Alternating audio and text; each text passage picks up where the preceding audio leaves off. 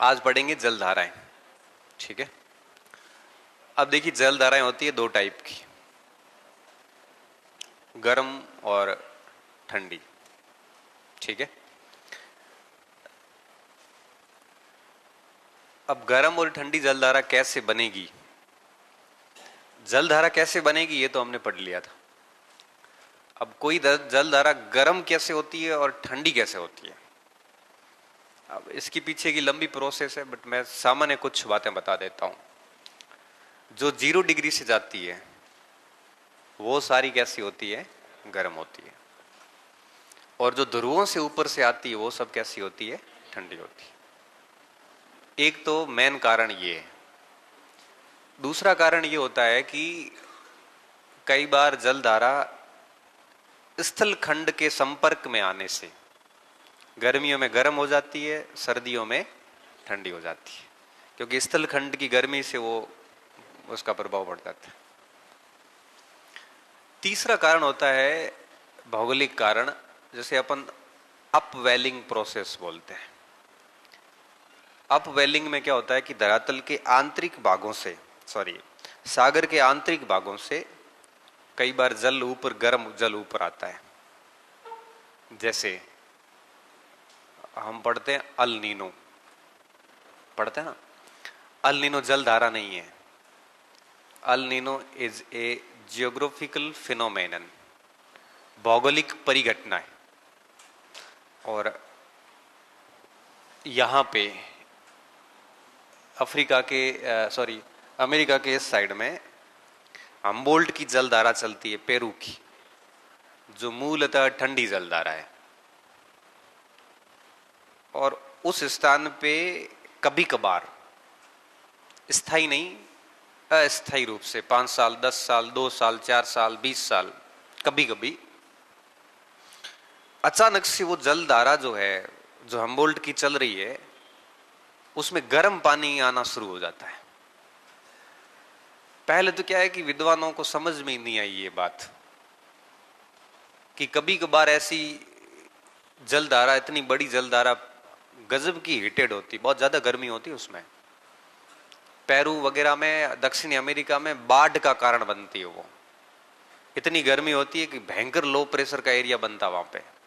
और low pressure का area बनते ही हवाएं आना शुरू हो जाती है, सागरीय हवाएं, पूरी आर्द्रता युक्त पवनें। पूरे दक्षिणी अमेरिका में अतिवृष्टि, मछलियां मर जाती है पूरी की पूरी, ऐसी कंडीशन हो जाती है। मछली इसलिए मरती है कि वो मछलियां वहां ठंडे पानी की मछलियां हैं। पानी अचानक से गर्म होता है ना, तो उसकी बॉडी एक्सेप्ट नहीं कर पाती है उसको। और जब उसका समायोजन नहीं होता है तो वो मछलियां क्या होती, समुद्री जीव मरने वो शुरू हो जाते हैं। गर्म पानी के जीव गर्म में ही रहते हैं, ठंडे वाले ठंडे में ही रहते हैं। और इस तरह से पूरी अव्यवस्था उत्पन्न हो जाती है और पूरी दुनिया का मानसून परिवर्तित हो जाता है। हिंद महासागर की पवनें भारत जैसे क्षेत्रों में आनी होती है, उधर चली जाती है। कहीं पे अकाल, कहीं पे अतिवृष्टि, कहीं पे अनावृष्टि, कहीं पे मौसम पूर्व वर्षा, ऐसी कंडीशन हो जाती है। तो बहुत शोध की है इसके ऊपर कि आखिर रीजन क्या है इसका। अभी तक इसका एग्जैक्ट कारण पता नहीं चला है, क्योंकि भूगोल की अधिकांश घटनाएं ऐसी हैं जिस पर विज्ञान खामोश है।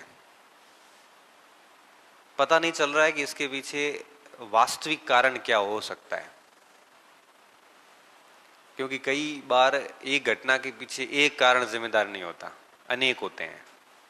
फिर एक कारण पता चलता है, फिर और खोजें बढ़ती है, फिर एक और दूसरा कारण पता चलता है।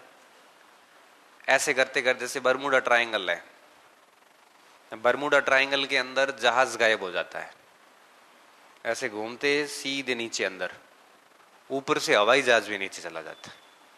उस रेडियस में आते ही जहाज गया। तो कई साल तो उसको रहस्यमयी बरमूडा ट्रायंगल बोलते थे।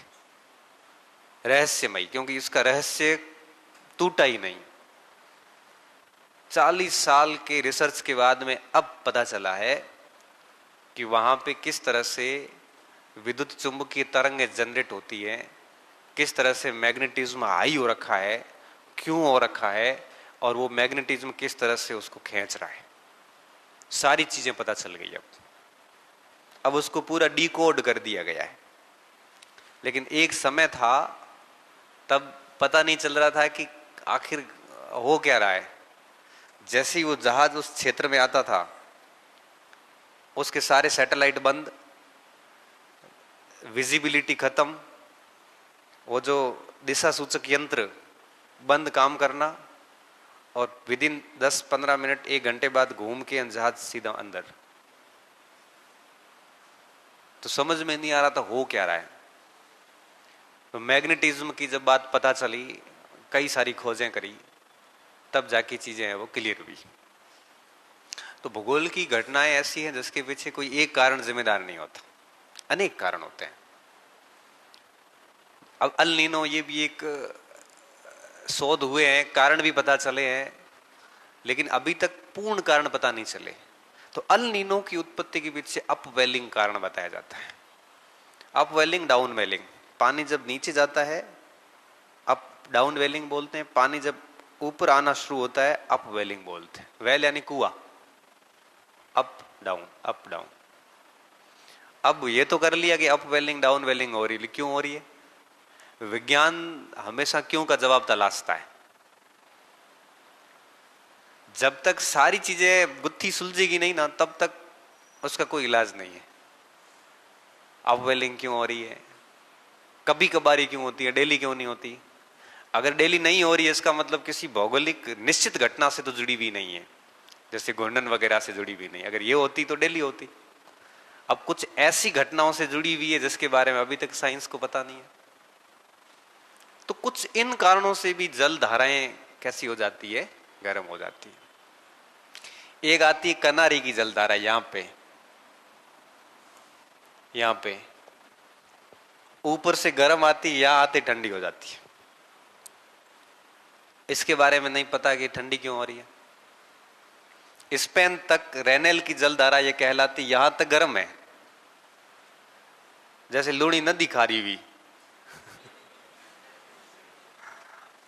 तो फिर हम कह देते हैं कि एक बाबे ने श्राप दिया था, हमने तो इसका शोध निष्कर्ष निकाल लिया। विज्ञान कहता है कि इस क्षेत्र में लवणता ज्यादा है। ऐसे कैसे एक चांदेसरा में तालाब है, केड़ी बरसात हुए बेटो, थोड़ी दिन बाद में खारो जहर पानी। चांदेसरा का कोई है यहाँ पे?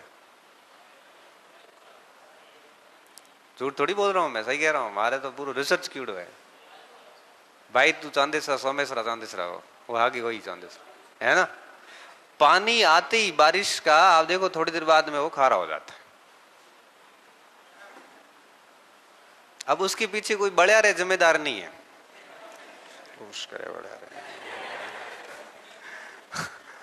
उसके पीछे कोई न कोई वैज्ञानिक कारण जिम्मेदार है। उसको हम क्या एक्चुअली तलाश नहीं पा रहे हैं। जब व्यक्ति असली कारणों की तलाश नहीं कर पाता न, तब बड़े रे करे जन छोड़ा दे। जब व्यक्ति फेल भी होता है ना, और जब उसको पता नहीं चल रहा है कि वो फेल क्यों हो रहा है, तब कह देता है कि हमारी किस्मत ही खराब है। किस्मत आगे बढ़े रहना जरूरी है, वो प्राय बात ही आपस में, वो ज्यादा फर्क को है।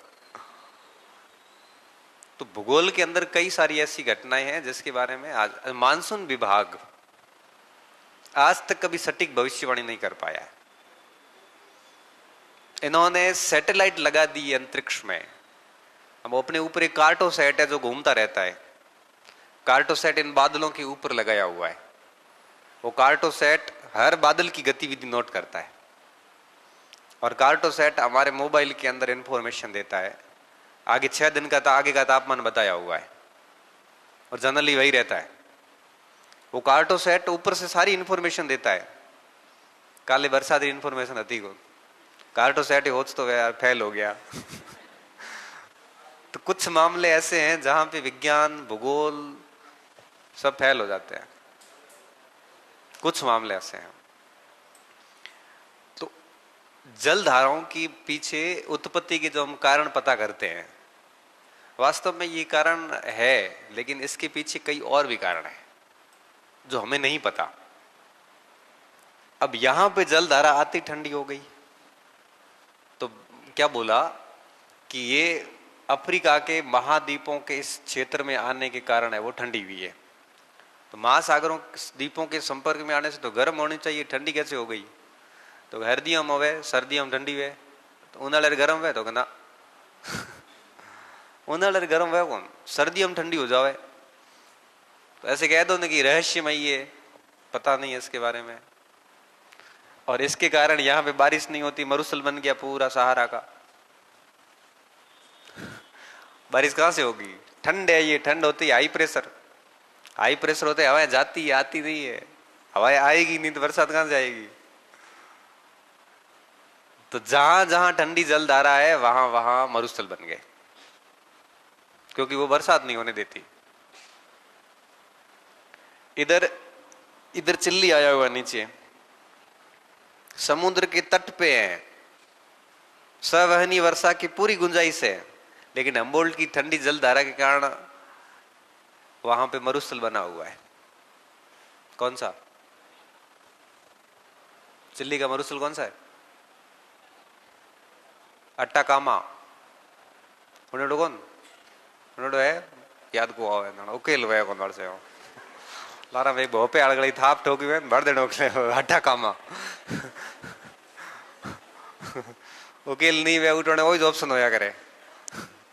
हमें तो वो सिस्टम खत्म हो रही है धीरे धीरे, पहले बढ़िया सिस्टम हो तो तिलकता कहना लाड़ ठोकना हो तो तिलकता हो थान माथे लाए तो ये बात है यहाँ पे। तो आज हम बात करेंगे गर्म और ठंडी जलधाराओं की। अब हम इसको पढ़ेंगे कैसे? सबसे पहले लेंगे अटलांटिक महासागर की जलधाराएं, गर्म ठंडी। हिंद महासागर की गर्म ठंडी, उत्तरी हिंद महासागर अलग, दक्षिणी हिंद महासागर अलग, उत्तरी अटलांटिक अलग, दक्षिणी अटलांटिक अलग, उत्तरी प्रशांत महासागर अलग, दक्षिणी प्रशांत महासागर अलग। 6 महासागर हो जाएंगे अब, ठीक है ना, 2-2 भाग हो गए। तो अब बात को मैं शुरू कर रहा हूं और आप ध्यान से समझना इन चीजों को, शायद लिखने के काम आज न पड़े, लेकिन अगर इसको ठीक से समझ लिया तो अपना काम हो जाएगा। और एक काम आप करना, मैप ले लेना एक, ठीक है, और आप मैप अपनी कॉपी में चिपका देना। जैसा मैं भर रहा हूं आज, आप उस मैप को उस हिसाब से भर देना। बना सकते हो तो अच्छी बात है नहीं बना सकते तो खरीद लेना और चिपका देना उसके ऊपर। मैप से भरोगे तो सारी जलधाराएं याद हो जाएगी। अब मुझे आप कोई भी जलधारा का नाम लोगे ना, मुझे फटाक से दिमाग में आता है कि ठंडी जलधारा है या ये गर्म है या इस महासागर की है। ये बिल्कुल गणितीय विधि के आधार पे है। सभी महासागरों की जलधाराओं की समान विशेषताएं हैं। यहां कोई ठंडी है तो यहां भी ठंडी है, यहां कोई गर्म है तो यहां भी गर्म है, पूरी सेम विशेषताएं हैं। तो ज्यादा लोड लेने की आवश्यकता नहीं है, ठीक है। शुरू करें। अब हम क्या करेंगे, सबसे पहले नाम याद करने की बजाय हम देखेंगे कि किसमें क्या क्या फॉर्मेट है।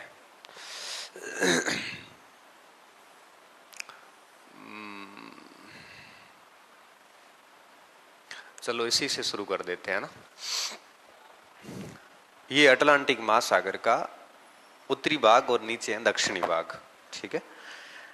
अब देखिए आप यहां से शुरू करते हैं।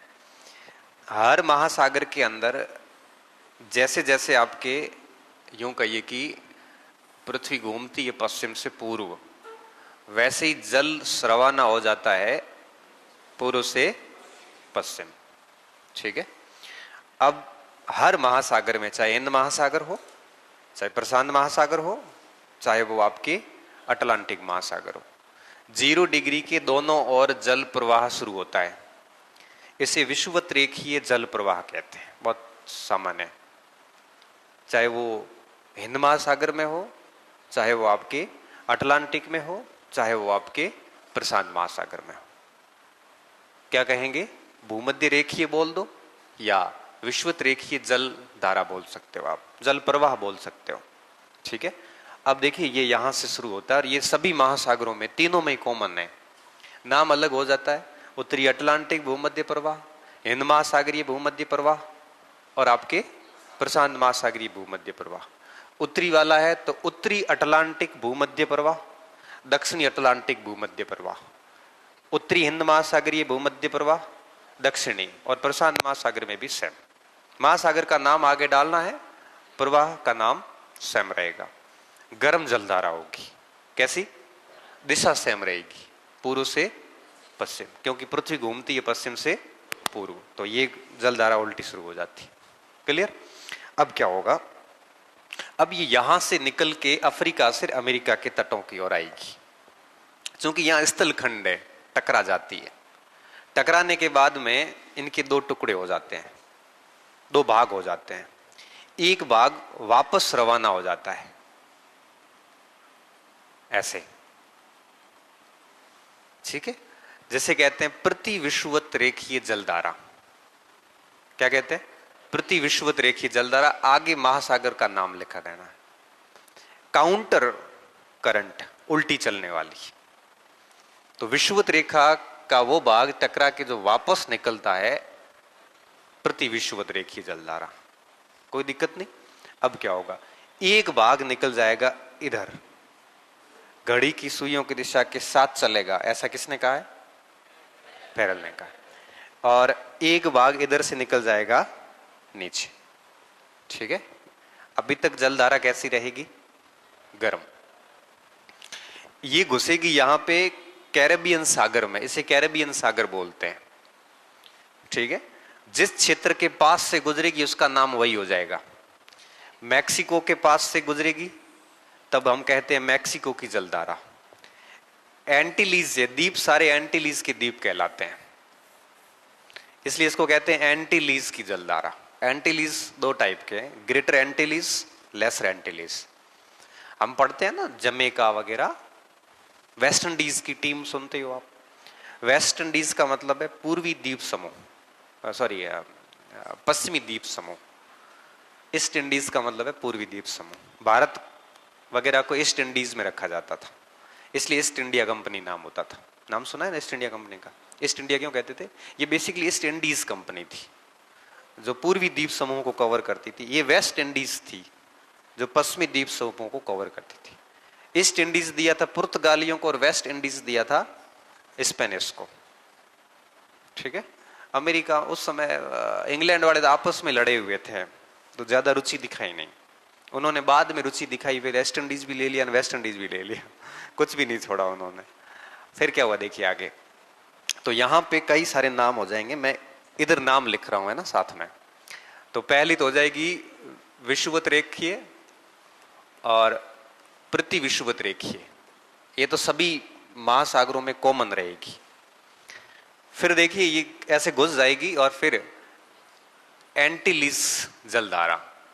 अच्छा, मैं वेस्ट इंडीज पे बात चल रही थी। वेस्ट इंडीज के अंदर छोटे मोटे कई द्वीप हैं। छोटे द्वीप है उनको लेजर एंटीलीज बोलते हैं, बड़े द्वीप है उनको ग्रेटर एंटीलीज। एंटीलीज का मतलब ये द्वीप है। तो चूंकि ये कई द्वीपों के पास से होकर गुजरती है इसलिए इसको एंटीलीज जलधारा बोलते हैं। पूछे कि कहां चलती है? कैरेबियन सागर में, दोनों अमेरिकाओं के बीच में, ठीक है। गर्म हो गई, ठंडी? गर्म। अभी इसका ठंडेपन से कोई मतलब नहीं है। अब ये आगे बढ़ेगी और यहां आ जाएगी। अब इसका नाम हो गया गल्फ स्ट्रीम। गल्फ स्ट्रीम क्यों कहते हैं? क्योंकि ये खाड़ी क्षेत्रों से होकर गुजरती है। गल्फ का मतलब होता है खाड़ी, तेज गति से चलती है, इसलिए इसको स्ट्रीम बोलते हैं। अब ये जो रेड कलर की है ना, ये रेड कलर आप देख रहे हो ना, ये पूरी यही धारा है। ये लाल कलर हमने जो ये अलग कलर पर्पल ले लिया, ये लाल कलर जो है ये सेम धारा है। अब ये गल्फ स्ट्रीम बन जाएगी और ये गल्फ स्ट्रीम के रूप में आगे चलेगी। अब देखिए आगे क्या होगा। इधर से ऊपर से एक जलधारा आएगी, ऊपर से आएगी, वो ठंडी होगी कि गर्म? ठंडी होगी। और इसको हम कहते हैं लैब्राडोर। क्या कहते हैं? लैब्राडोर। एक इधर से भी आती है, ग्रीनलैंड के पास से आती है, इसलिए इसको ग्रीनलैंड बोलते हैं। ये भी कैसी है? ठंडी। इस पूरे उत्तरी गोलार्ध में, उत्तरी अटलांटिक महासागर में 3 जलधाराएं ठंडी है। 2 तो हो गई, एक कौन सी है? कैनारी। जिसका कारण आज तक पता नहीं है। फिर लास्ट में भूगोलवेता बोल देते हैं कि अपवेलिंग होती है। बस क्या लास्ट में जाता जाता थे कि क्या हो, कैरियोलिस बल भूगोलवेता और लिए कैरियोलिस बल है, बात खत्म।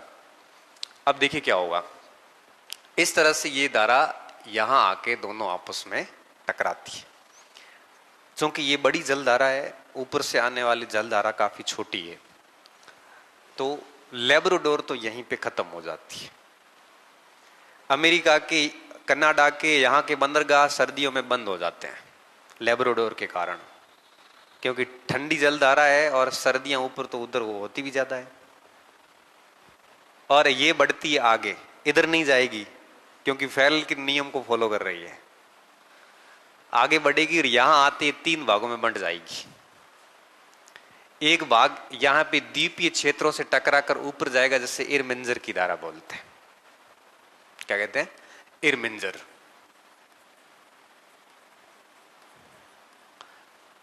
एक उत्तर में चली जाएगी, जैसे नॉर्वे की जलधारा कहते हैं। बताइए, यहां पे बंदरगाह खुले रहते हैं सर्दियों में भी, यहां के बंदरगाह बंद हो जाते हैं, क्यों? जलधारा के कारण। एक आ जाएगी ब्रिटेन के अंदर, थोड़ी सी रहेगी, एक नीचे आ जाएगी। नीचे आएगी, यहां पे ये रेनेल जलधारा कहलाएगी। अभी तक ये पूरा गर्म है मामला। ये है स्पेन, पुर्तगाल, इस क्षेत्रों में चलेगी, बिस्के की खाड़ी से होते हुए आगे बढ़ती है। फिर आती अफ्रीका के इस तट पे, इसे कहते हैं कनारी, और वापस मिल जाती है भूमध्य रेखा से। अब ये बीच में बन जाता है पूरा का पूरा एक क्षेत्र, चारों तरफ पानी ऐसे हो रहा है बिल्कुल। इस कारण यहां बन जाती है एक शैवालों की पट्टी, जिसे कहते हैं सर्गेसम सागर। क्या कहते हैं? सर्गेसम सागर। मैं समझाता हूं आगे, अभी आपको टेंशन नहीं लेनी है। तो उत्तरी अटलांटिक महासागर की जो जलधाराएं हैं, इसमें ठंडी कितनी है? 3, लेब्राडोर की, ग्रीनलैंड की, कनारी की। 2 तो क्लियर कट है, तीसरी अफ्रीका के पश्चिमी तट पे। बाकी सारी जलधाराएं कैसी है? गर्म। नाम बोलते हैं, आप इसको देखो मत, एक बार आप इधर देख लीजिए भले, मैं बोलता हूं, आप साथ साथ में इसको नोट करते रहिए, लिखना नहीं अभी। सबसे पहले शुरुआत होगी विषुवत रेखीय जल प्रवाह से। एक भाग आएगा प्रति विषुवत रेखीय वापस, एक चला जाएगा कैरेबिया की खाड़ी में, कैरेबियन सागर में।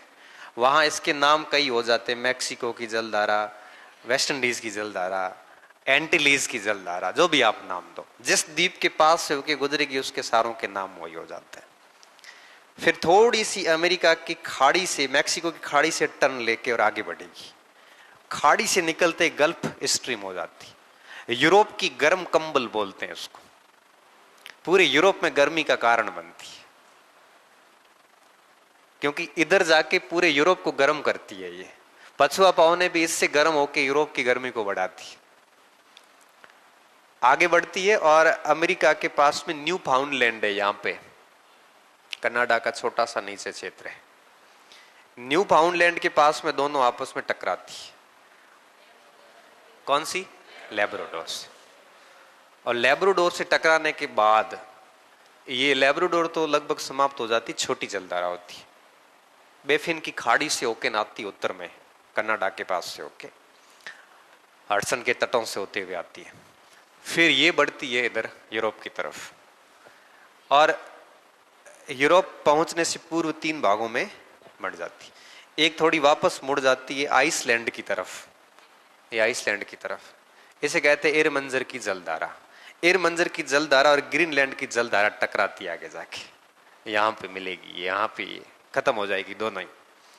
एक चली जाती है नॉर्वे की तरफ, जो रूस के मरमुस्क बंदरगाह को खोल के रखती है। हम रूस से अभी जो तेल मंगवाते हैं ना, वो उस बंदरगाह से आता है। बाकी रूस के सारे बंदरगाह बंद है अभी, क्योंकि रूस, अगर आप देखोगे ना मैप के अंदर, तो रूस की हालत ये है, यहां से लेकर यहां तक रूस है, तेल पूरा यहां पे है। ये है लगभग 30,000 किलोमीटर बाद यहां से यहां तेल आ नहीं सकता।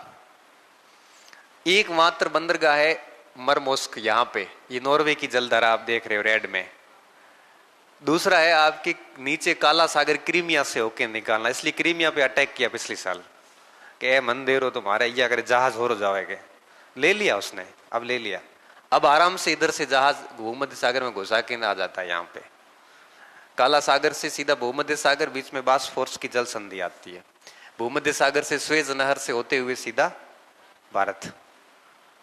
अच्छा, ये रास्ता अगर अब क्रीमिया इनके पास नहीं हो तो ऐसे करके आना पड़ता। ठीक है ना। अब जहाज है वो डाल देते हैं ये लोग क्रीमिया से। यूक्रेन का भी यही महत्व है इसके लिए, क्योंकि यूक्रेन अगर मिल जाए ना तो इसको आराम से जहाज परिवहन में इसको दिक्कत नहीं आएगी। मेन मोटो ये है एक्चुअल में।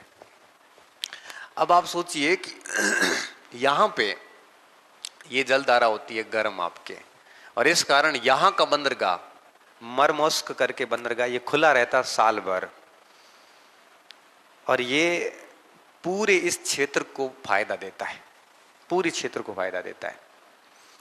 फिर देखिए वापस जलधारा नीचे की ओर मुड़ती है और यहां पे आती है रेनेल के रूप में। गर्म जलधारा ही अभी तक तो स्पेन पुर्तगाल के पास में रेनेल नाम से चलती है। जैसे अफ्रीका के पूर्वी पश्चिमी तटों पे आती है उसके बाद में ये क्या कहलाती है, उसके बाद में ये कहलाती है कनारी की जलधारा, और फिर मिल जाती वापस प्रवास से। तो सारी जलधाराएं गर्म है सिवाय 3 जलधाराओं की। नाम याद हो गए सारे, सरल है बहुत। अब देखिए सर्गेसम सागर की बात करते हैं। अब देखिए यहां से ये निकला है आपके साउथ इक्वेटोरियल करंट है, और उत्तर में नॉर्थ इक्वेटोरियल, उत्तरी भूमध्य सागरीय जलधारा, जो मैं अभी नाम बोल रहा हूं काफी देर से। करंट आगे निकला, एंटीलीज नाम लिखा हुआ है, ये एंटीलीज की जलधारा जो मैंने अभी आपको बताई। युकाटन की खाड़ी है यहाँ पे मैक्सिको के पास में, युकाटन नाम दे दिया, युकाटन की जलधारा। मैं कह रहा हूं ना, यहाँ पे जिस द्वीप जिस खाड़ी से होकर गुजरती है उसका नाम वही हो जाता है। युकाटन से वापस आगे देखो गल्फ स्ट्रीम के रूप में इधर मुड़ी। नॉर्थ अटलांटिक प्रवाह, ये करंट गलत लिखा है, ड्रिफ्ट लिखना था यहाँ पे। पढ़ा ना हमने, प्रवाह पढ़े, दक्षिणी अटलांटिक प्रवाह जो दिशाओं से प्रवर्तित होता है। Current, drift, stream and creep, 4 पढ़िया। एक ड्रिफ्ट पढ़ियो, ड्रिफ्ट में 3 उदाहरण लिखा, दक्षिणी अटलांटिक, उत्तरी अटलांटिक और हिंद महासागरीय मानसूनी प्रवाह लिखा। मोड़ा क्या पढ़िया तो अब ये इधर निकल गया, ये सारा ये कैनारी करंट, और इसके बीच में यहां ये सरगस सागर। सरगेसन एक्चुअली है क्या? सरगेसन एक शैवाल है, घास सामान्य रूप से आप कह सकते हो, मछलियों के लिए पौष्टिक होती है। मैं बताता हूँ, घास का फोटो लेके आया हूं मैं साथ में, मंठा धारे हुआ है। ये घास जो देख रहे हो ना ऊपर, ये कीड़ा न मकोड़ा, नीचा मछला है न, ऊपर जहाज आए हुए हैं, डा डा डा डा डा डा, ये सब क्या है? ये सरगेसम है। ये क्यों बना? क्योंकि अटलांटिक महासागर के चारों किनारों पर इस तरह से प्रवाह, जलधाराओं का प्रवाह होने के कारण बीच के क्षेत्रों में ये सरगेसम सागर बनता है।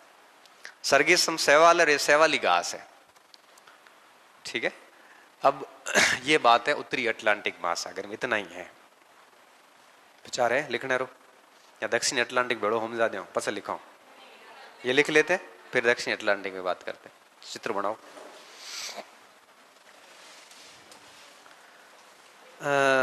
ये यही करे, यही चित्र करे।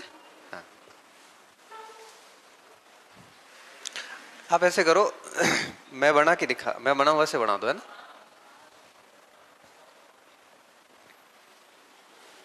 ठीक है,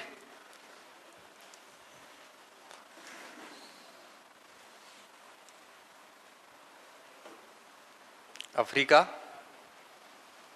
यूरोप, ग्रीनलैंड, आइसलैंड, अमेरिका और कैरेबियन क्षेत्र। अब एक पेन से करूंगा वो गर्म, 2 पेन से करूंगा वो ठंडी जलधारा। ठीक है।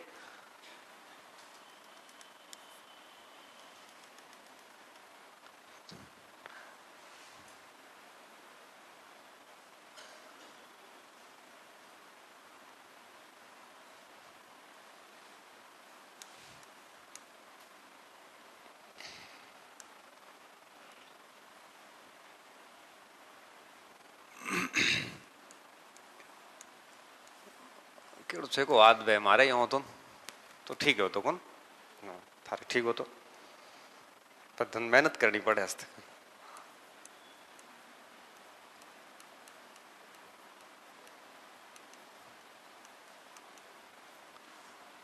एक, दो, तीन, चार, पाँच, छ, सात, आठ, नौ, 10 और 11 जलदार है। समझ में आई? नहीं आई? अब मैं 11 के नाम लिखूंगा इस साइड में, ठीक है। मैं क्यों लिखूं थे, आप लिखो ना। पहले ये चित्र बना दो फटाफट और यहां लिख लेना नॉर्थ अटलांटिक।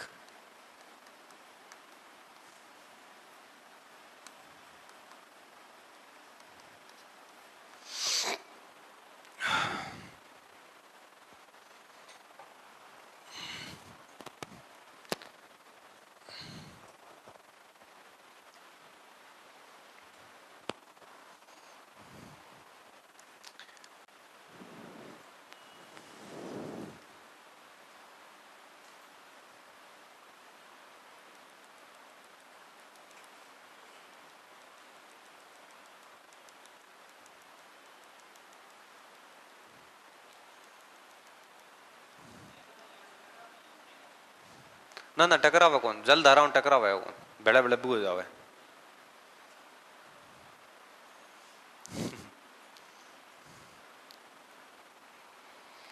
बाकी अभी टकरा दे भाई कौन, ये अपनी इच्छा मत है। आज मन तो कौन टकराने रो, नहीं तो कह देता टकरावे।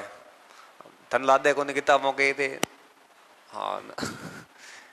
बाकी कुछ चीजें अपने मन पे हैं। आगे सवाल 10 दिन बाद पूछी तू कह दी टकरावे।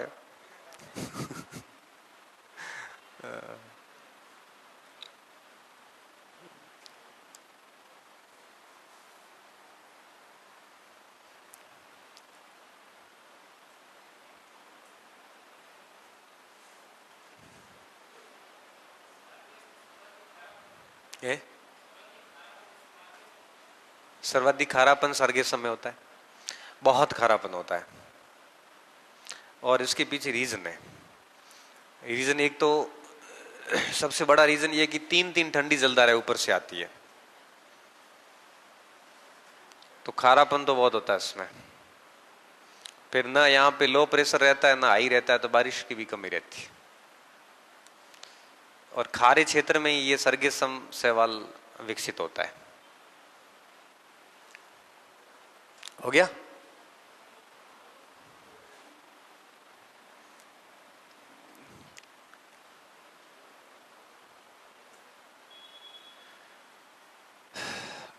बड़ा करूं इसको या दिख रहा है? दिख रहा है तो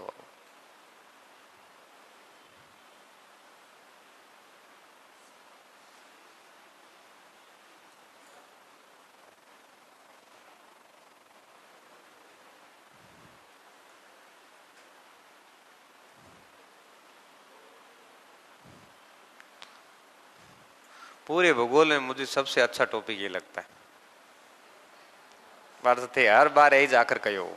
नहीं सही में वास्तव में ये लगता है, ये टॉपिक है भी इंटरेस्टिंग। और जी जोड़े बढ़ा दिया। अब आप क्या करोगे, इसके नीचे मैं कुछ डिटेल लिखवा देता हूं और फिर आप है वो एक लिस्ट बना देना। गर्म जल की जलधाराएं, लिस्ट तो अभी बना दो, आप पहले बना दो, है ना। अब ऐसे करो, एक तरफ लिखो गर्म जल, एक तरफ लिखो ठंडे जल की जलधाराएं। ठीक है, मैं नाम लिख रहा हूं गर्म वाली पहले। हाँ, उत्तरी अटलांटिक, मेरे साथ साथ लिखते जाओ। भूमध्य प्रवाह, ठीक है। और प्रति भूमध्य रेखीय, सेम वापस लिख लेना 2 नंबर। तीसरे नंबर की जलधारा जो आएगी वो है कैरेबियन सागर की जलधारा। फिर इसमें हम कई नाम लिखेंगे, मैक्सिको की जलधारा, ठीक है, युकाटन की खाड़ी में आती है इसलिए युकाटन जलधारा, फ्लोरिडा से गुजरती है फ्लोरिडा जलधारा, एंटीलीज की जलधारा, कई सारे नाम है इसके, ठीक है। ये तीसरे नंबर पे ये नाम आ जाएंगे सारे, इतने ही नाम है इसके। मैक्सिको यहां पे आया हुआ है, ये रहे ना, मैक्सिको, युकाटन, फ्लोरिडा और एंटीलीज।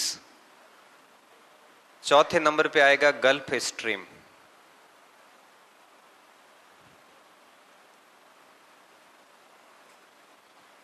ठीक है। पांचवें नंबर पे हम ले लेते हैं इरमिंजर। छठे पे कौन सी ले ले? नॉर्वे। सातवें नंबर पे कौन सी ले? रेनेल। नहीं, रेनेल थोड़ी नीचे है। सातवें नंबर पे अपन ले सकते हैं डेनमार्क, अंदर जाएगी ये। आठवें नंबर पे क्या ले ले? रेनेल, बस, ठीक है, आठवें नंबर पे आ जाएगी। अब आ जाओ ठंडी जलधाराओं पे। ठंडी में लेब्राडोर, और कौन सी? ग्रीनलैंड, और हैं 5 नंबर पे, 7 नंबर पे डेनमार्क है, 5 में इरमिंजर है, इरमिंजर,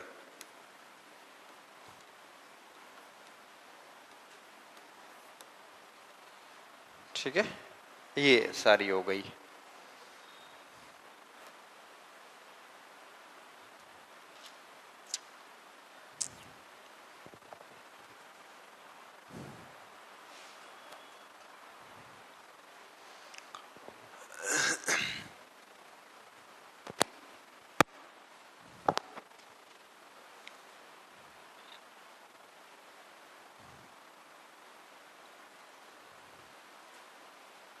लिख लिया?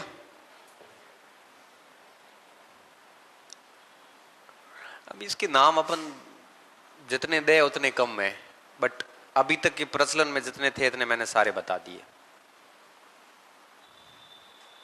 इसलिए कहते हैं कि थोड़ा मैप का ज्ञान होता है ना तो दिक्कत नहीं आती।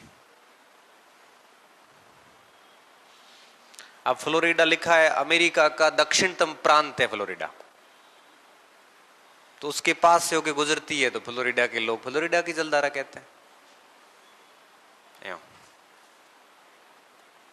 हम धारे ये मैं नयो नाम रो आवे एक बड़े तो मजा करो, बैठा है वो परीक्षा हॉल में गया तो मार सा लिखा ही कौन,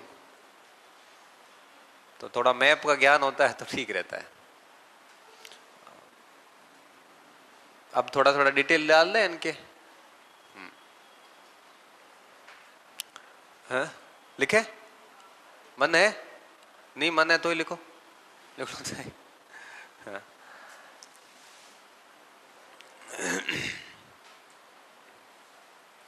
हम सीधी लिखेंगे गल्फ स्ट्रीम के बारे में। इससे स्टार्टिंग में तो सब ठीक था, इसमें ज्यादा कुछ था नहीं।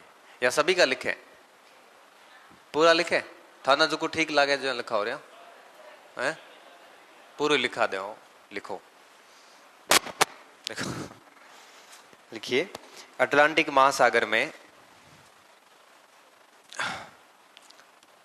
अटलांटिक महासागर में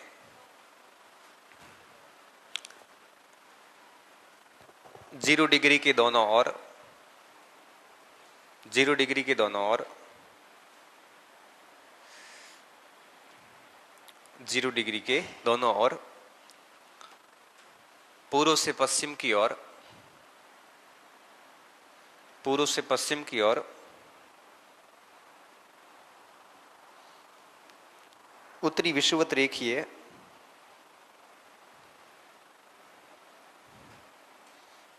तथा दक्षिण विषुवत रेखीय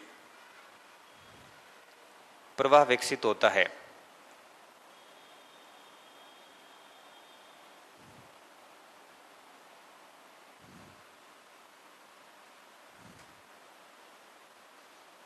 उत्तरी व दक्षिणी विषुवत रेखीय प्रवाह विकसित होता है, जो कि अमेरिका के पूर्वी तटों से टकराने के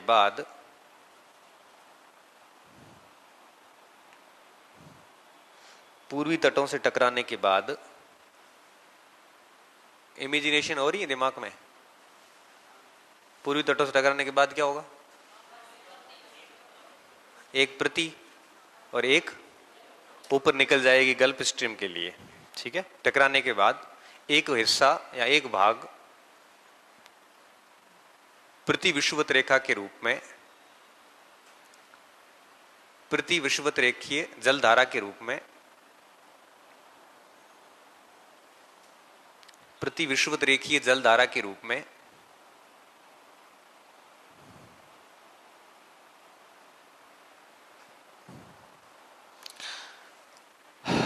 प्रति विषुवत रेखीय जलधारा के रूप में पुनः अफ्रीका के तट की ओर रवाना होता है। ठीक बात है? पुनः अफ्रीका के तट की ओर इधर वापस आना शुरू हो जाता है, तट की ओर रवाना हो जाता है, तथा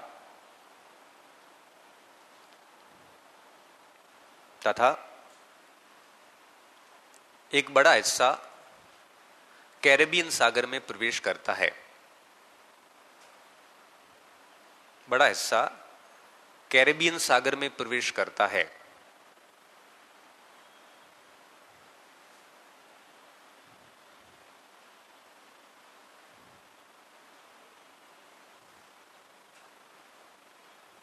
इसकी खोज सर्वप्रथम नई बात है, फिंडले ने की थी।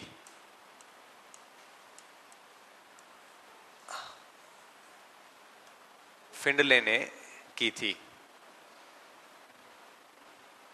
फिंडले, भिंडी ले नहीं,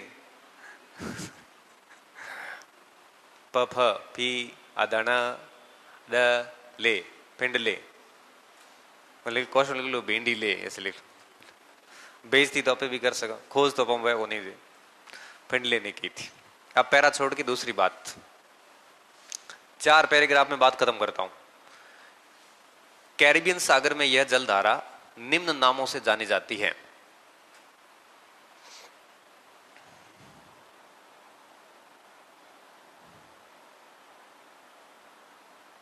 निम्न नामों से जानी जाती है।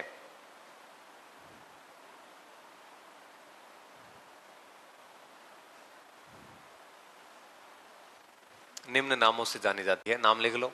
Mexico, एंटीलीज, Yucatan,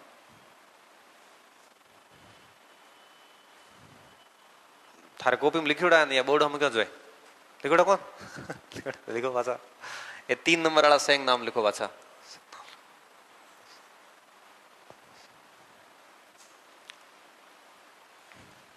Yucatan, Mexico, एंटीलीज, Florida इत्यादि। यहां से यह जलधारा अमेरिका के पूर्वी तटों के सहारे आगे बढ़ती है।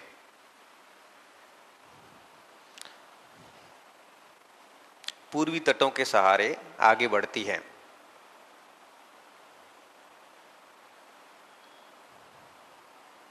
ठीक है, पूर्वी तटों के सहारे आगे बढ़ती है, जिसे गल्फ स्ट्रीम कहा जाता है।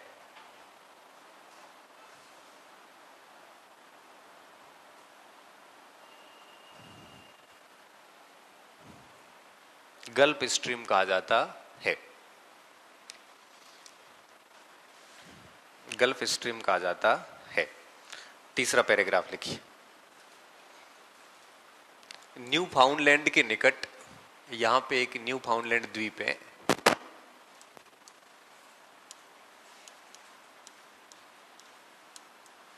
न्यू फाउंडलैंड के निकट,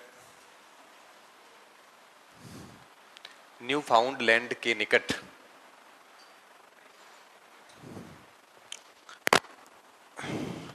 अब देखिए क्या होगा कि जो न्यू फाउंडलैंड का इलाका है, यहां पे नीचे से आने वाली गल्फ स्ट्रीम और ऊपर से आने वाली लैब्राडोर में अभिसरण होगा।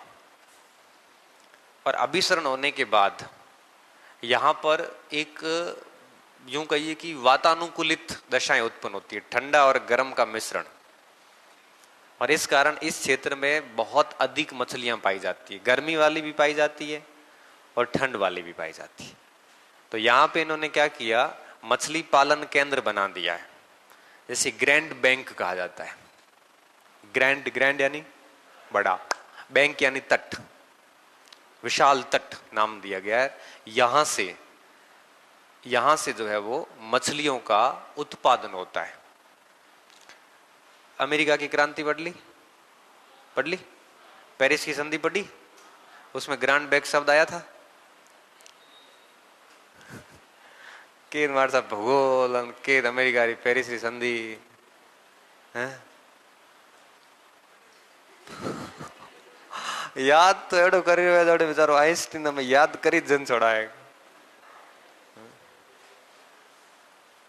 कॉपी है पास में है, देखो ग्रैंड बैंक किसको दिया गया है, किसको? अफ्रीका। अच्छा, उसमें एक ही लिखा है कि 13 बस्तियों को मान्यता दे दी गई, ग्रैंड बैंक का नाम नहीं है ना। ओहो, बोलो बच गया, आज तो ध्यान कर दिया है, ठीक है। आज तो इज्जत रह गई। इज्जत तो आरपी ऐसी लूटे हो जाए परीक्षा में, एड़ा सवाल दे कदी कदी तो। यहां ग्रैंड बैंक बनता है इस जगह पे। ये बड़ा विवाद का केंद्र रहा है 3 देशों के बीच में, कनाडा के मारो है, अमेरिका के मारो है, तीसरी लाडेर बुआ एक बड़े बड़े इंग्लैंड मारो है के। अरे थारो के तुम आयो ऐने दूरी देखो इनके बीच में। यहां से जहाज निकलते थे बेचारा 4 महीने में जहाज पहुंचता था, मछले खराब पे होते थे तो। अब फ्रीज अब आए हैं, पहले तो मछलियां खराब ही होती थी, लेकिन ना खराब भले थन लेने दो कौन। फिर जब पेरिस की संधि हुई तब इस ग्रैंड बैंक को किसी एक देश के नियंत्रण में दे दिया गया। अब जहां तक मेरी दिमाग में है, शायद अमेरिका को ही दिया था संधि, मुझे अभी आगे संधि की शर्त एग्जैक्टली याद नहीं। तो ग्रैंड बैंक स्टार्ट से विवाद का विषय रहा है, ठीक है। तो यहां पे ग्रैंड बैंक बनता है। अब सवाल आता है एक, डागर बैंक कहां बनता है, ग्रैंड बैंक कहां बनता है? अमेरिका यहां पे बनता है डॉगर बैंक, इन क्षेत्रों में। ये ग्रीनलैंड की जलधारा यहां प्रभावित होता है। तो ब्रिटेन के तटों पे जो बनता है वो है डॉगर बैंक, क्योंकि Britain as a dog Dogger bank. इधर है ग्रैंड बैंक। अब सवाल की कराओ है कि अटलांटिक महासागर के पूर्वी क्षेत्रों में बनने वाला बैंक है पूर्वी डॉगर बैंक, पश्चिम में ग्रैंड बैंक, या अमेरिका और कनाडा के तटों के पास में, या ब्रिटिश तटों के पास में। और एड़ो एड़ो एक बैंक जापान में भी है, क्यूरोसियो और ओयोसियो टकराव है आपस में। 3 बैंक ही है एक एसबीआई, एक पीएनबी, एक बैंक ऑफ बड़ौदा। आज बार से 3 नया बैंक आया रहा, ग्रांड एंड डॉगर बुक जोड़े एक बड़े केड़े बाकी है ठाक उनके उधर ना, तो वहीं पर पहुंच रहे हो वो बंद मैं भी देख के आऊंगा कल, वो वैसे कल ही पढ़ना है, आज तो ये भी नहीं हो रहा है। ग्रैंड बैंक बनेगा, लिखो नोट, अगला पैराग्राफ लिखिए। क्या लिख लिया ना, न्यू फाउंडलैंड द्वीप के पास में लिख लिया? लिखो, न्यू फाउंडलैंड द्वीप के पास में, न्यू फाउंडलैंड के पास में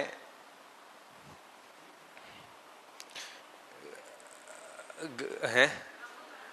लिख लिया? हाँ, एक ही लाइन बोल रहा हूं बार बार यूं।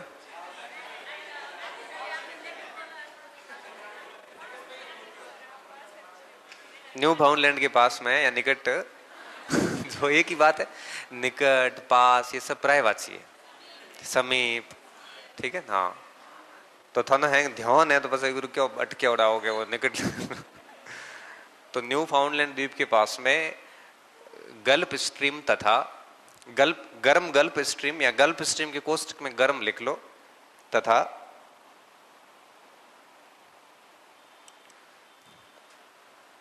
ध्रुवों से आने वाली ठंडी जलधारा लेब्राडोर के अभिसरण से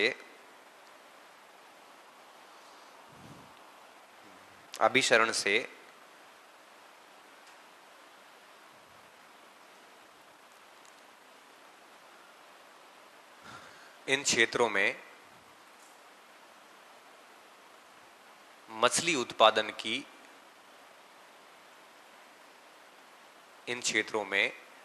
उत्पादन की आवश्यक दशाएं बन जाती हैं। आवश्यक दशाएं बन जाती हैं।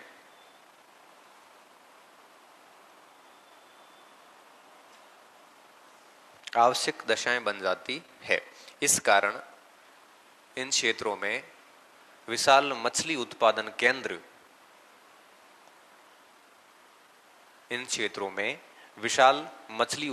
केंद्र कोष्टक में लिख लो ग्रैंड बैंक बन गया है, ग्रैंड बैंक अवस्थित है। विशाल मछली उत्पादन केंद्र या क्षेत्र ग्रैंड बैंक अवस्थित है, ठीक है, ग्रैंड बैंक अवस्थित है।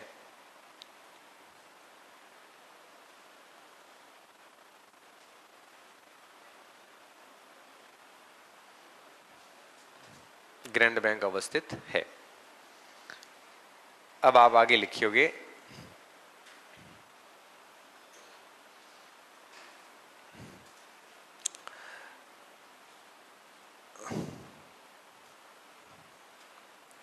अमेरिका के तटों के बाद गल्फ स्ट्रीम, अमेरिका के तटों के बाद गल्फ स्ट्रीम उत्तर पूर्व की ओर पछुआ पवनों के साथ आगे बढ़ती है।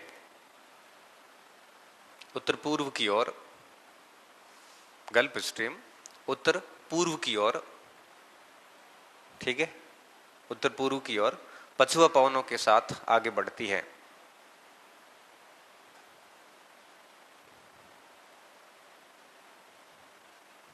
जिसे अब बताओ आगे का शब्द मैं क्या बोलने वाला हूं।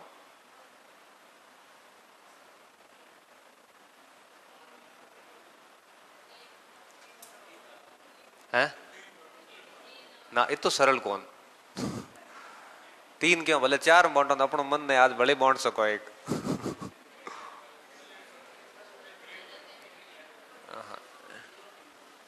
मजा नहीं आ रहा है, शब्द नहीं आ रहा है, मेरे को तो आ रहा है, आप लोगों को नहीं आ रहा है।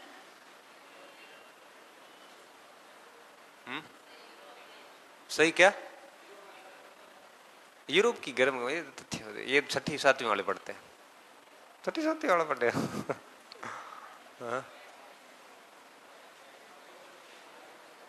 लास्ट अक्षर क्या लिखा है यहां पर? इसे उत्तरी अटलांटिक प्रवाह नाम से जाना जाता है।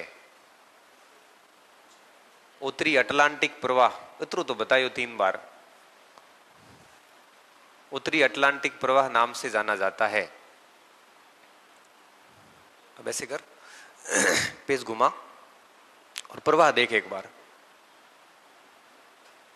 प्रवाह लिखा है ना कल, ड्रिफ्ट देखो क्या लिखा है उसमें, एक बार वापस पढ़ो उसको।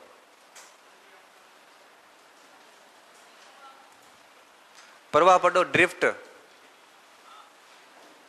पढ़ो क्या लिखा है उसमें, मन में पढ़ो। मंद डाय जोरों पढ़े मन उड़ानो को मन हैंग डाय।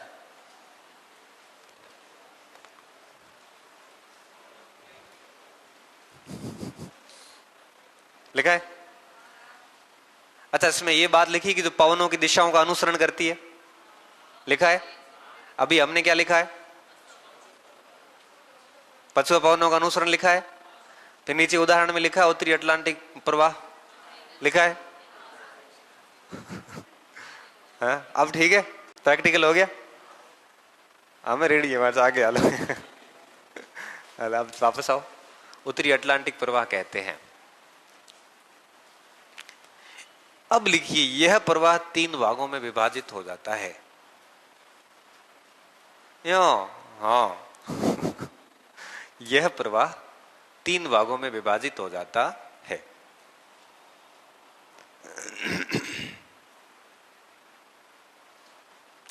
3 भागों में विभाजित हो जाता है।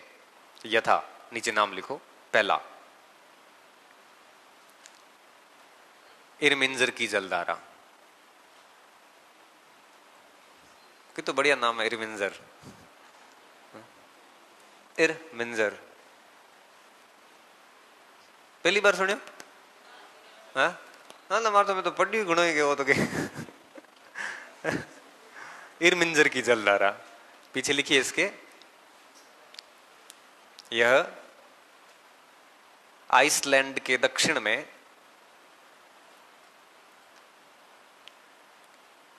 पश्चिम की ओर प्रवाहित होती है।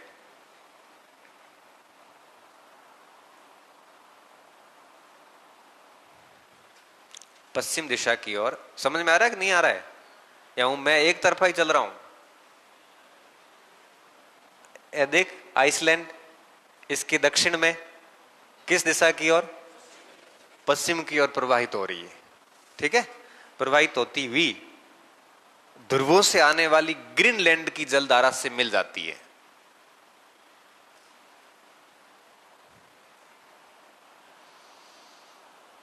ग्रीनलैंड की ठंडी जलधारा से मिल जाती है, अभिसरण करती है।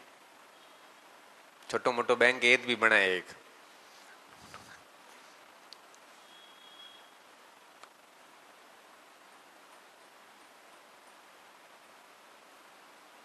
ठीक है, अब पहला पॉइंट तो हो गया इरमिंजर। इसमें लिखिए दूसरा पॉइंट, प्रवाह का दूसरा भाग। क्या पढ़ रहे हैं? अटलांटिक प्रवाह। अटलांटिक प्रवाह के 3 भाग किए, पहला निकाल दिया इरमिंजर के रूप में। अब दूसरा लिखिए, नॉर्वे की जलधारा। नॉर्वे की जलधारा, इसमें लिखिए कि प्रवाह का दूसरा भाग उत्तर पूर्व की ओर आगे बढ़ता हुआ नॉर्वे तक जाता है।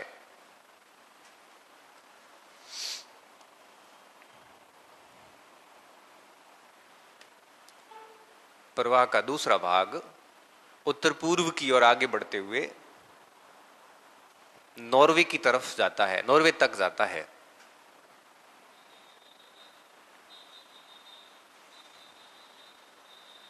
यह जलधारा गर्म होने के कारण, यह जलधारा गर्म होने के कारण नॉर्वे का मोरमुस्क बंदरगाह, मोरमुस्क बंदरगाह वर्ष भर खुला रहता है।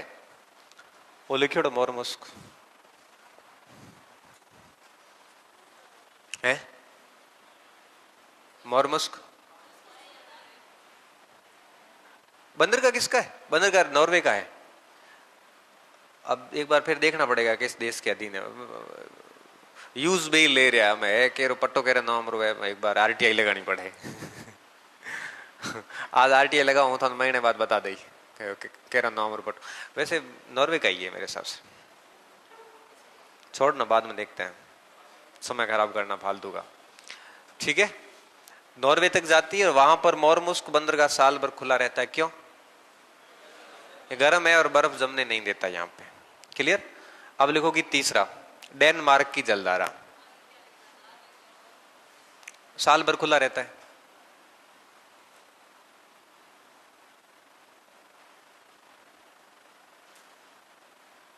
तीसरा भाग लिखो डेनमार्क की जलधारा।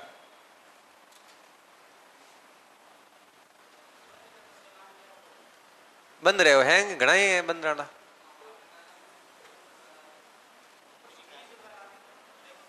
हाँ, वो अपने अमेरिका रा बंदरगाह हैंग ही बंद रहे पूरी तरह पूरा ही।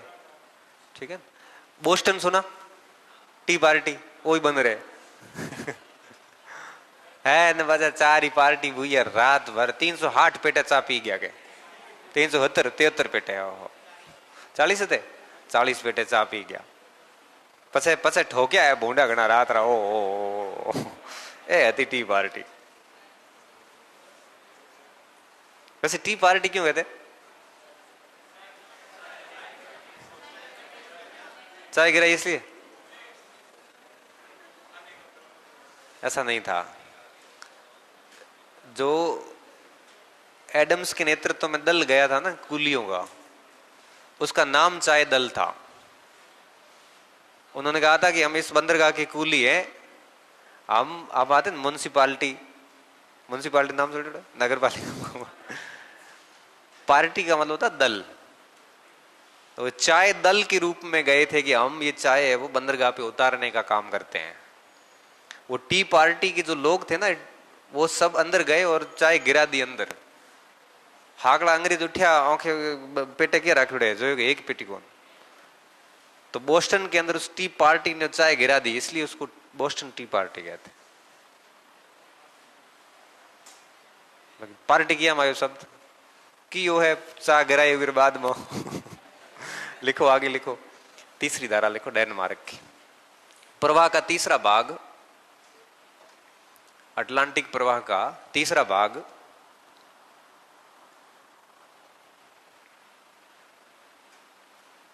डेनमार्क तक जाता है। तत्पश्चात यह स्पेन व पुर्तगाल के पास होते हुए तत्पश्चात यह रेनेल जलधारा नाम से, तत्पश्चात यह ऊपर से नीचे रेनेल जलधारा नाम से, इसी में लिख लो डेनमार्क के अंदर ही रेनेल जलधारा नाम से स्पेन व पुर्तगाल के मध्य बिस्की की खाड़ी से होते हुए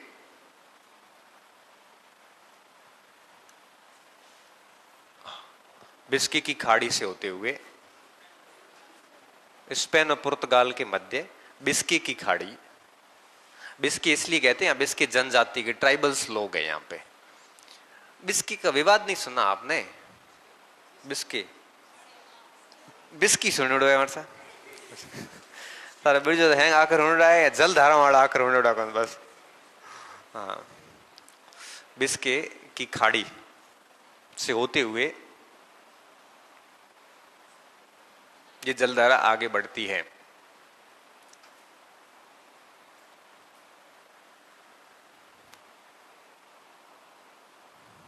ठीक है, और फिर आगे इसी में लिखना, आगे बढ़ती है अफ्रीका के पश्चिमी तटों पर। इसे कनारी जलधारा कहा जाता है।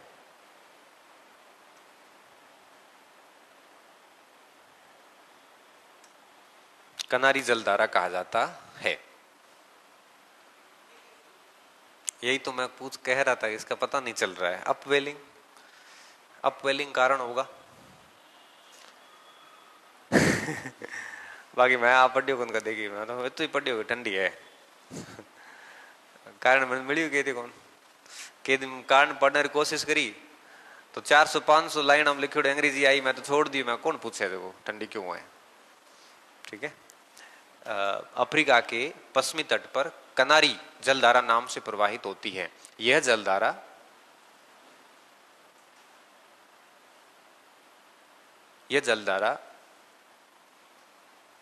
ठंडी जलधारा है।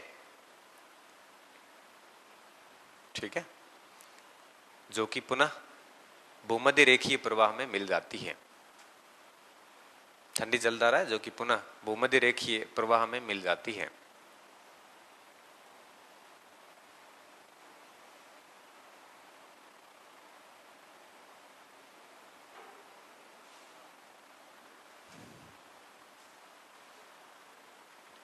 ठीक है, अब कौन सी बच गई? नीचे पैरा छोड़ के लिखना इस प्रकार इस प्रकार इस प्रकार उत्तरी अटलांटिक महासागर के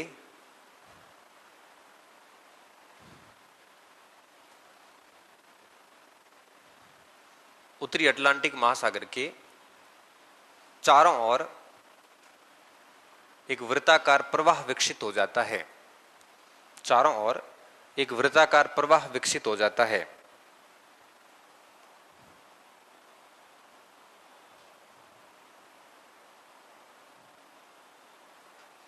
चारों ओर एक वृत्ताकार प्रवाह विकसित हो जाता है। इसके मध्य भागों में इस कारण इसके मध्य भागों में काटनो वर्ड से इस कारण इसके मध्य भागों में शांत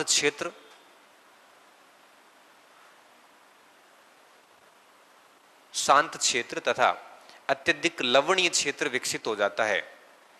लवणीय होने के कारण कई है, क्योंकि जो जल धाराएं चलती है, पहले लिख लो, शांत क्षेत्र व लवणीय क्षेत्र विकसित हो जाता है।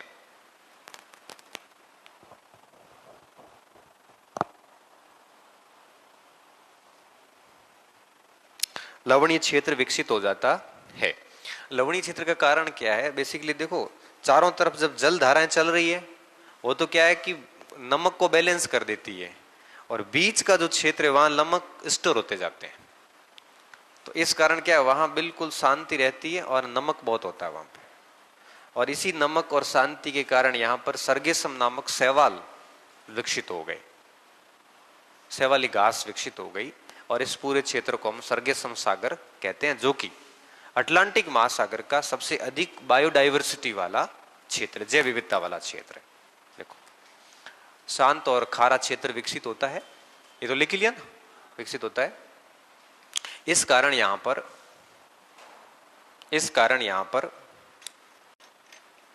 सर्गेसम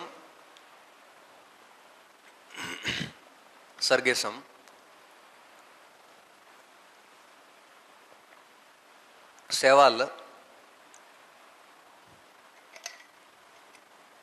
कोष्टक में घास लिख लो, सर्गेसम शैवाल।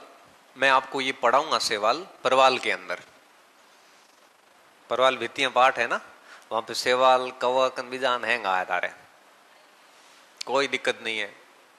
शैवाल वेवाल सब समझने वाले, हम आगे जाके जियोलॉजिस्ट बनने वाले हैं ना बायोलॉजिस्ट बनने वाले हैं। मतलब सेकंड ग्रेड में हैंग लॉजिस्ट बना दे हैं, कोई लास्ट में छोड़े है वो नो। सर्गेसम घास शैवाल विकसित हो जाता है। इस कारण इस क्षेत्र को सर्गेसम सागर कहा जाता है, सर्गेसम सागर कहा जाता है।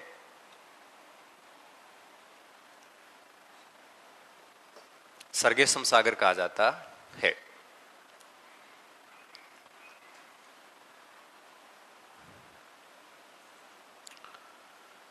जो कि अटलांटिक महासागर का सर्वाधिक जैव विविधता वाला क्षेत्र है, जो कि अटलांटिक महासागर का सर्वाधिक जैव विविधता युक्त क्षेत्र है।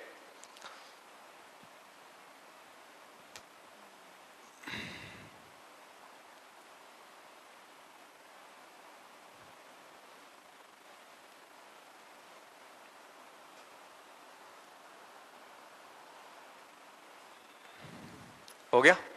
लास्ट लेब्राडोर लिख लो, पैरा छोड़ के लिख लो। हाँ, पेज पूरा हो गया, भर लिया। मैं देखियो तो आप काम चला दियो, बट थारे के नाम आठो लिखाओ, लिखाने में थारे थोड़ा क्लियर हो गयो, नहीं तो थारे तो लिखी सो तो कौन मारे मर्ज धारा तो रट लिया। जैसे उत्तरी अटलांटिक प्रवाह पछुए पवनों के साथ चली, उठा देखो, इसलिए लिखवाना जरूरी है। अब लेब्राडोर में क्या लिखोगे? इसमें तीन चीजें बहुत महत्वपूर्ण है लेब्राडोर के अंदर। पहली चीज कि ध्रुवों से आती है और ठंडी है, और न्यू फाउंडलैंड के निकट टकरा जाती है, ये बात तो हमने पता कर गए। अब यहां एक छोटा सा सवाल और आता है कि ये प्रवाहित कहां से होती है, तब हम कहते हैं कि ग्रीनलैंड और कनाडा के बीच से होकर निकलती है।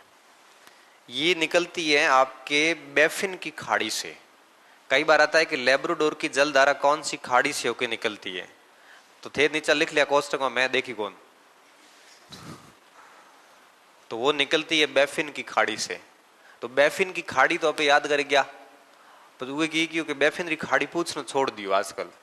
अब पूछते हैं कि लेब्राडोर की जलधारा कौन से जल डमरू मध्य से होकर निकलती है, तो तुम वो जगह जाए जोई बैफिन, बैफिन खाड़ी है, जलधारा नहीं है, सॉरी जल डमरू मध्य नहीं है। जल डमरू मध्य समझते, पाक जल डमरू मध्य, दो बड़े क्षेत्रों को मिलाने वाली जल संधि जल डमरू मध्य कहलाती है। जल डमरू बढ़ाता हुआ मध्य में अवस्थित है, पाक जल डमरू मध्य है भारत और श्रीलंका के बीच। तो मार सा नाम पाक क्यों है, पाकिस्तान बीच में आयो, पाक नहीं है, पाल के, PAL के। क्यों के पाल, क्योंकि वहां पर पाल्क गांव अवस्थित है रामेश्वरम के दक्षिण में।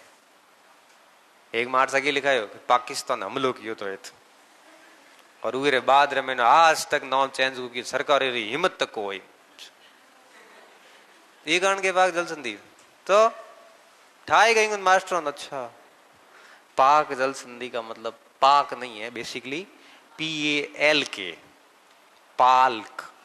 बेटा अंग्रेज की करे एल साइलेंट कर दे, अपने मजो हो जाओगी जगह, पचे पाकिस्तान ले आना पड़े बीच में। तो बचने के लिए कोरियोलिस बल तो लाना ही पड़ेगा। और थे कोरियोलिस बल जवाब दे दिया और हमें आड़ो आदमी बस कोई प्रश्न करने स्थिति में वही को कोरियोलिस बल उन्हें उतरे समझ में आयो जो तारे समझ में आयो। तो पाल्क जल संधि है ना, जैसे जल डमरू मध्य थोड़े साइज में बड़े होते हैं और जल संधियां थोड़ी सी छोटी होती है। तो इधर बेसिकली क्या होता है, ये जो क्षेत्र है ना, ये कनाडा है, ये है डेनमार्क, ये पूरा जल है। तो अगर डेनमार्क से ग्रीनलैंड, डेनमार्क मुझे बार बार इसलिए आ रहा है कि ग्रीनलैंड पर डेनमार्क का अधिकार है। ग्रीनलैंड भौगोलिक रूप से अमेरिका का भाग है, राजनीतिक रूप से यूरोप का भाग है। ठीक है, इसलिए कई बार कहते हैं कि कौन सा देश दो महाद्वीपों में स्थित है, तो आता है रूस। क्यों, यूरोप में भी है, एशिया में भी है, और दूसरा आता है ग्रीनलैंड जो आपके डेनमार्क में भी है। डेनमार्क इंग्लैंड इसका सॉरी यूरोप का भाग है और भौगोलिक रूप से इसका भाग है। तो बीच में क्या हुआ था कि अमेरिका और डेनमार्क के बीच में डील हुई थी कोई हजारों करोड़ों रुपए की ग्रीनलैंड को खरीदने की, और मेरे हिसाब से वो खरीद लिया है। अब अभी थोड़ा देखना पड़ेगा वापस, मैं थोड़ा अपडेट नहीं हूं। तो ग्रीनलैंड बेचने की पूरी प्रक्रिया लगभग हो चुकी थी। ब्रिटिश मना कर रहे थे डेनमार्क को, डेनमार्क आला के थार की मतलब हूँ भले बेचो क्या बेचो, ओके जमी मत बेच, पाड़ो ही क्या करे कदे जमी मत बेच, थारे की बाबू के लिए पड़े बेचो। अरे जमी पड़ो मनो दे रही के बीजन क्यों दे दई। तो ग्रीनलैंड को अमेरिका कह रहा था डेनमार्क को भाई देख थारे में तो मछली उत्पादन हो तो वह हो। ग्रीनलैंड के अंदर दुनिया के सबसे अधिक खनिज है अंदर नीचे। अमेरिका वाला उन कहो कि भाई थारा है गुड्डी मशीन है कौन, रोटी पानी वाला है कौन, तेरे से कभी खनन होगा नहीं, मन दे दे। ग्रीनलैंड वाला बेटा की करे, डेनमार्क वाला कचरो नोखण जावे, घणो हारो देश रो कचरो बड़ो है अपने तो की भारत में तो के थी नोख सको पे देश बड़ो है। ग्रीनलैंड वगैरह में कचरो नोखे के जगह कौन, तो बेटा लास्ट में जहाज भरे जहाज वो ग्रीनलैंड नोखे। वहां पे वो स्पॉट बना रखा की क्या ना कचरा स्पॉट है ना की अंग्रेजी में हाँ वो डम्ब स्पॉट बनाए है। तो अमेरिका ने कहा क्यों ये वैल्यू खराब कर रहे हो तो इसलिए मेरे को बार बार डेनमार्क दिमाग में आ रहा है। तो वैसे डेनमार्क कहना भी गलत नहीं है, दुनिया का सबसे बड़ा द्वीप है ये, दुनिया का सबसे बड़ा द्वीप है।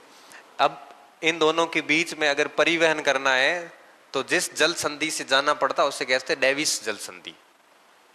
क्या कहते हैं, डेविस बोला मैंने, डेविस ही बोला, हाँ पहला की बोलियो अलग बोली थी।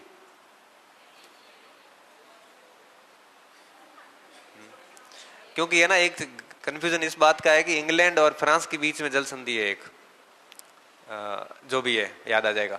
तो यहां से चलती है ये जलधारा। तो कई बार इस प्रकार से सवाल जो है वो बन जाता है। लिखिए, डेब्रूडोर, यह जलधारा ध्रुवों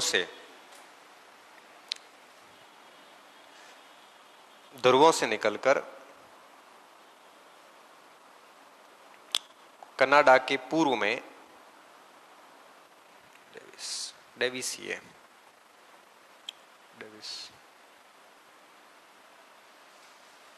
कनाडा के पूर्व में बैफिन की खाड़ी से होते हुए बैफिन की खाड़ी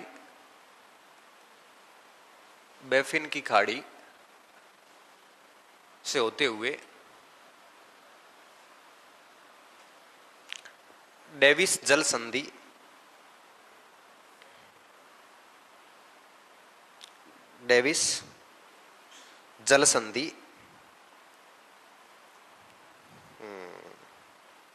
ठीक है, डेविस जल संधि से होते हुए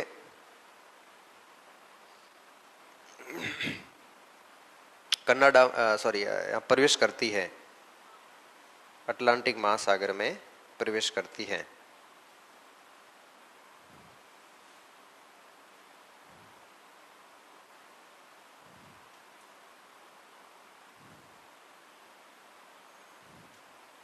ठीक है, प्रवेश करती है। एक और लिख लो, ग्रीनलैंड की जलधारा।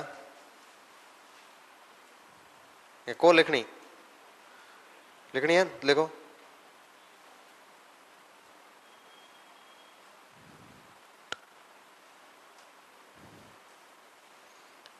ध्रुवों से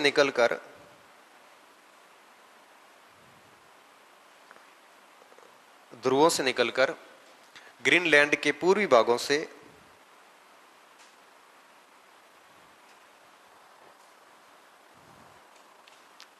ये जलधारा निकलती है।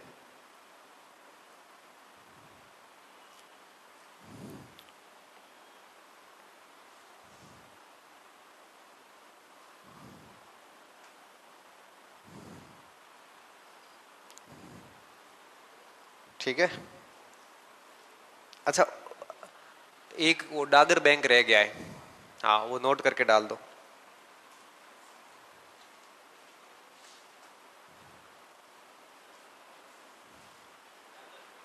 डागर की जगह डॉगर लिख सकते हो आप।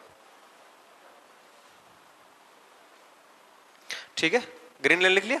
अच्छा, ग्रीनलैंड के अंदर भी ये वापस वही बात आती है कि ये कौन सी जल संधि से आती है, क्योंकि ये आइसलैंड और ग्रीनलैंड के बीच में भी एक जल संधि है। मोहन ठाकुर थोड़ा लिखा और हो गए यहाँ पे डेनमार्क की जल संधि है। ठीक है, तो इससे होकर गुजरती है। तो लिख लीजिए, ग्रीनलैंड के अंदर लिख लो कि यह जलधारा डेनमार्क की जल संधि से होकर गुजरती है। ठीक है, जो कि डेनमार्क की जल संधि से होकर गुजरती है। यहां डेनमार्क की जल संधि है और ये जल संधि इधर आपके ग्रीनलैंड का सागर आ जाता है, इधर नॉर्वे का सागर आ जाता है।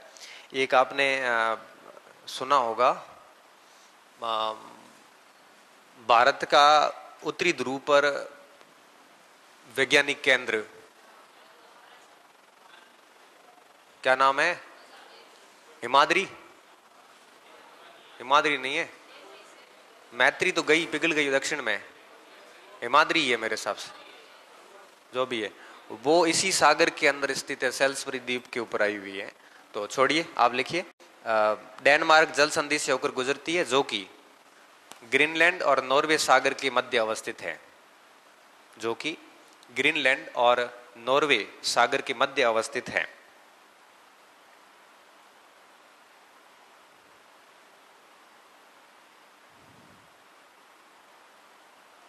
ठीक है, हाँ। एक लिखोगे आप डॉगर बैंक।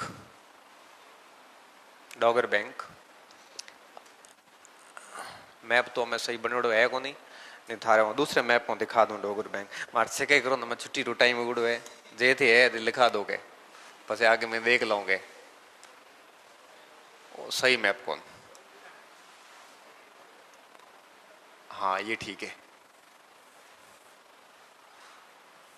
हाँ यहाँ पे इस जगह पे डेनमार्क नीदरलैंड और इंग्लैंड इनके बीच में यहां आया हुआ डोगर बैंक ये ठीक है।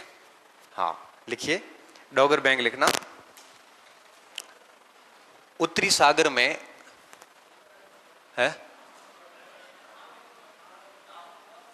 डोगर बैंक DOGGER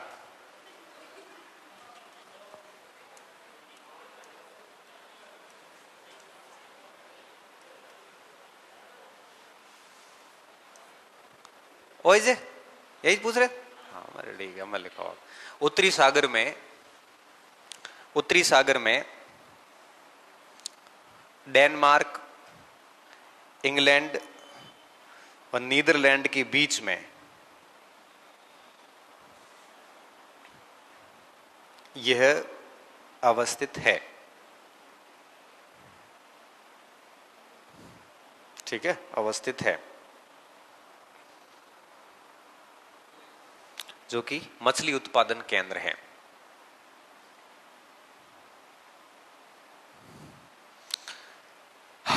ये हो गया आपके उत्तरी अटलांटिक की जलधाराएं पूरी।